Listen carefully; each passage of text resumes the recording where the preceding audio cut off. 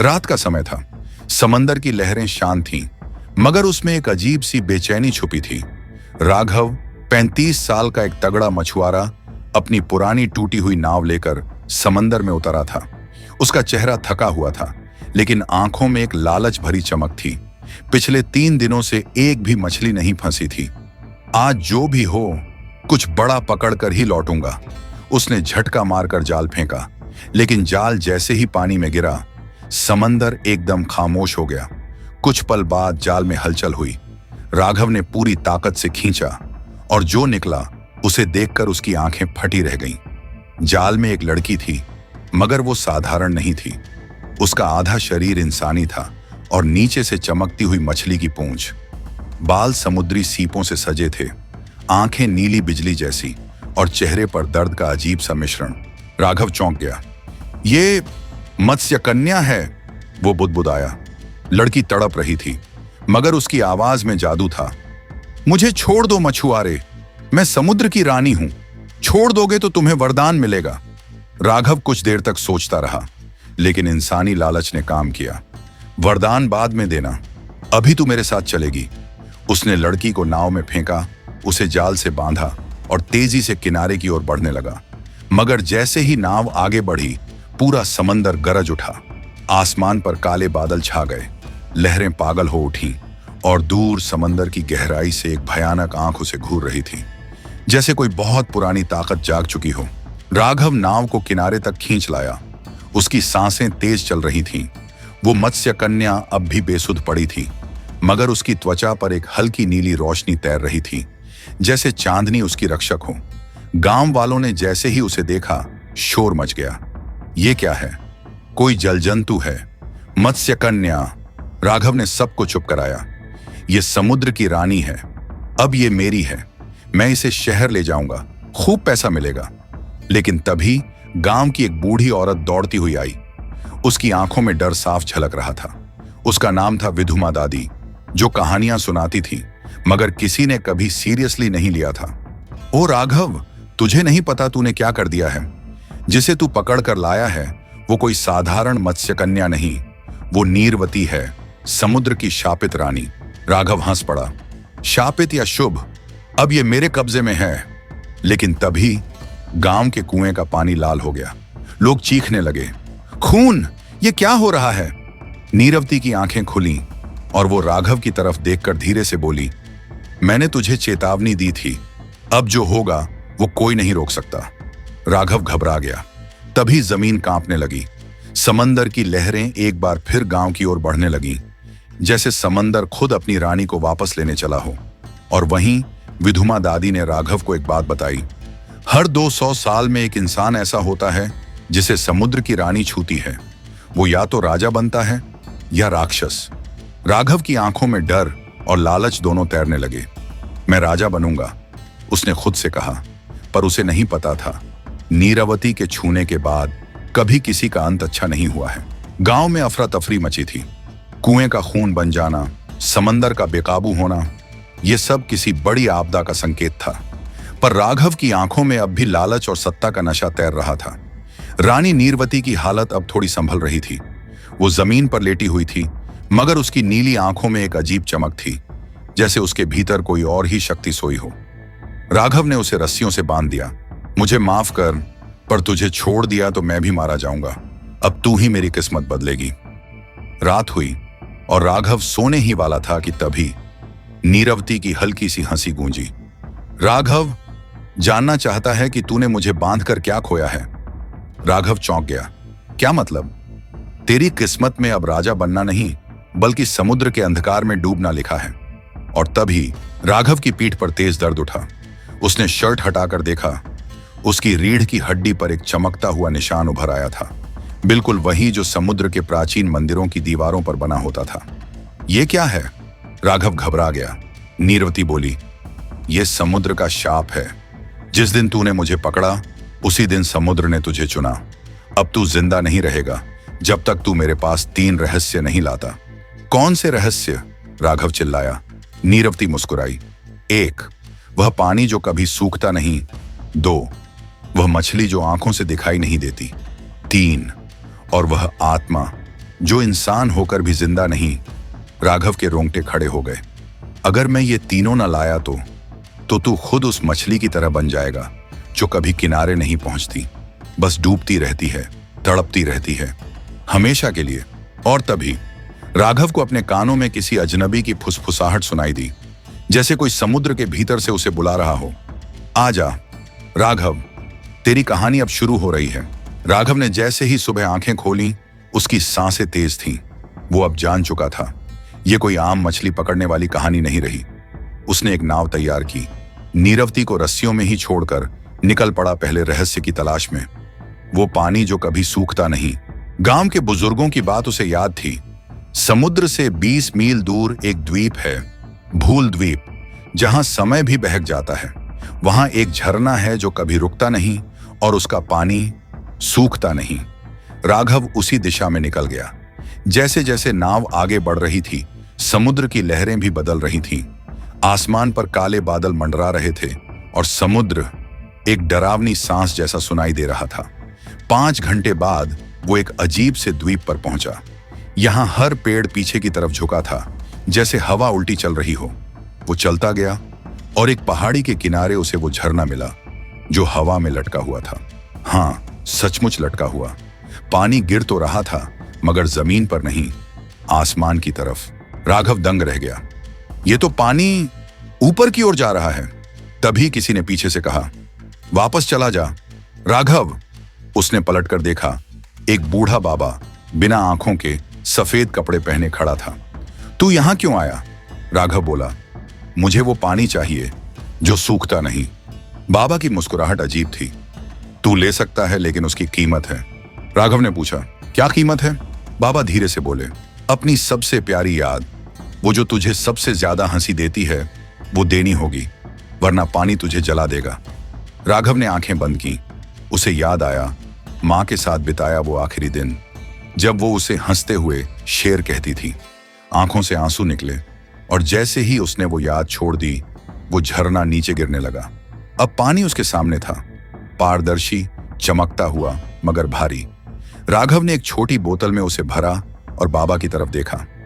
पहला रहस्य मिल गया। बाबा ने सिर्फ एक बात कही, पर अब तू उस हंसी को कभी महसूस नहीं कर पाएगा। राघव चुपचाप लौट पड़ा, लेकिन उसके अंदर अब एक खालीपन था, जैसे कुछ अंदर से टूट गया हो। नाव में बैठते ही हवा में फिर वही फुसफुसाहट गूंजी। अब दूसरा रहस्य, मछली जो आंखों से दिखती नहीं। राघव लौटा। वो जगह पहले जैसी नहीं रही थी। वहीं किनारा, वहीं नीरवती, लेकिन अब वहां एक सन्नाटा था जो उसके दिल की धड़कनों से भी गहरा लग रहा था। नीरवती अब भी जादुई रस्सियों में बंधी थी, पर उसकी मुस्कुराहट, वो अब डराने लगी थी। अब तू भी अधूरा हो गया मछुआरे। उसकी आवाज में कोई अजीब सुकून और डर का मेल था। राघव की आंखें भीगी थीं।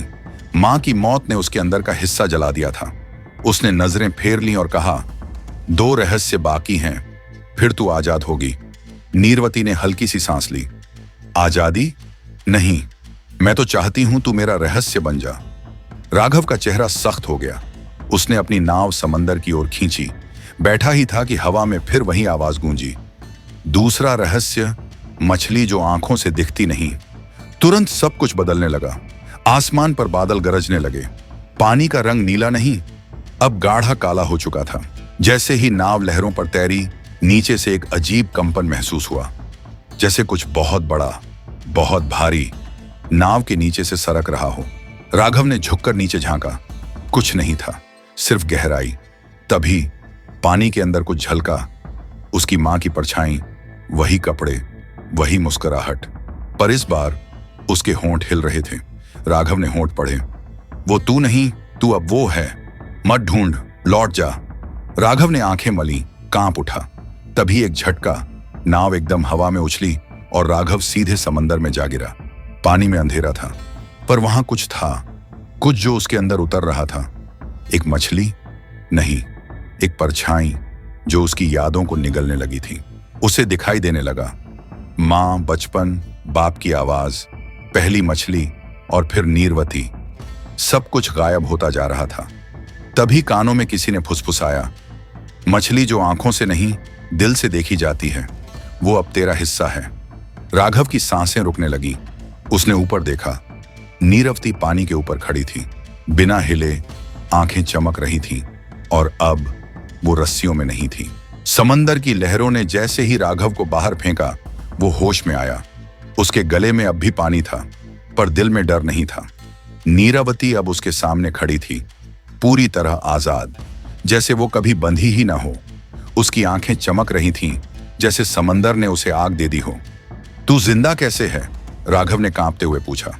नीरवती की मुस्कान में अब मोहब्बत नहीं, जवाब छुपा था। क्योंकि तूने दूसरा रहस्य जान लिया है, पर वो तुझे अब भी समझ नहीं आया। कौन सा रहस्य? वो मछली जो आंखों से दिखती नहीं।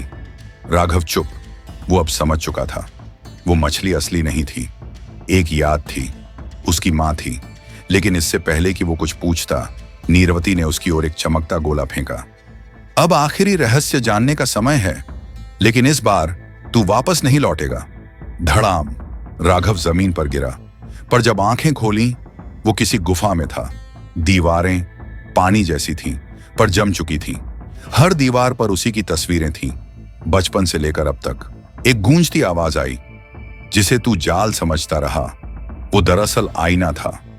अब राघव समझा, जो कुछ भी हो रहा था, वो सिर्फ नीरवती नहीं कर रही थी। समंदर खुद उससे कुछ करवाना चाहता था।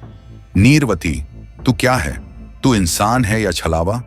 नीरवती गुफा की छत पर प्रकट हुई। उसके बाल हवा में उड़ रहे थे। मैं वही हूं जो तूने मांगा। तू अकेला था, प्यार मांगा। तू टूटा था, सहारा मांगा। पर मैंने जो दिया, उसे तू समझ ही नहीं पाया।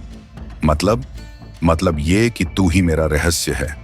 तेरा ही मन वो जाल है जिसमें तू खुद फंसा है। और अब तीसरे रहस्य की कुंजी भी तू ही है। राघव चीखा। क्या है तीसरा रहस्य? नीरवती नीचे उतरी, उसका चेहरा पकड़ा।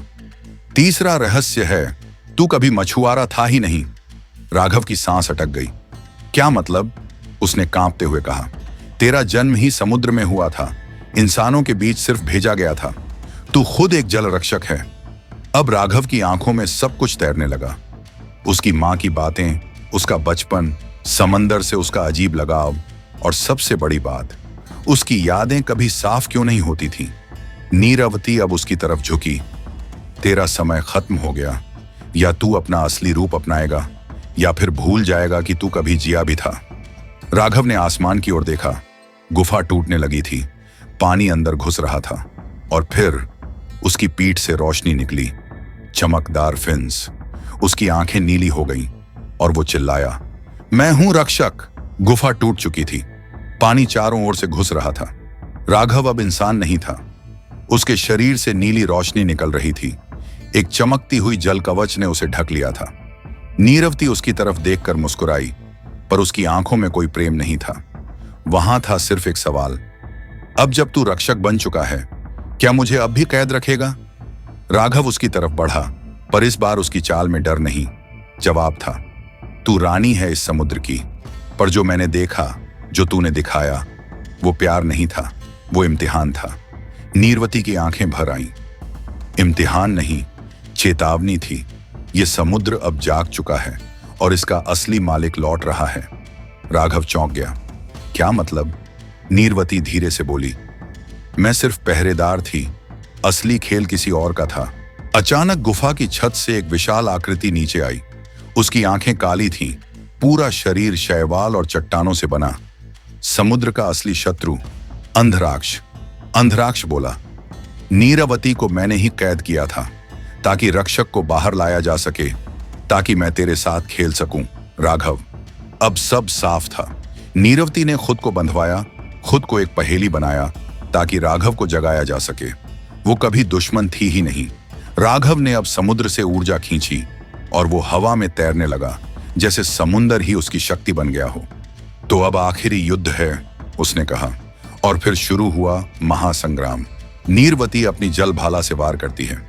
अंधराक्ष लहरों को काले तूफानों में बदल देता है। राघव समुद्र की तलवार से आकाश को चीर देता है। हर वार के साथ गुफा का पानी रंग बदलता है, नीला, फिर काला, फिर लाल, और तभी राघव नीरवती की ओर मुड़ा। मैं समझ गया, अब तू रानी नहीं, मेरी मार्गदर्शक थी। मेरा मार्ग था तू। नीरवती मुस्कुरा दी। अब वक्त है कि तू अपने भाग्य को अपनाए।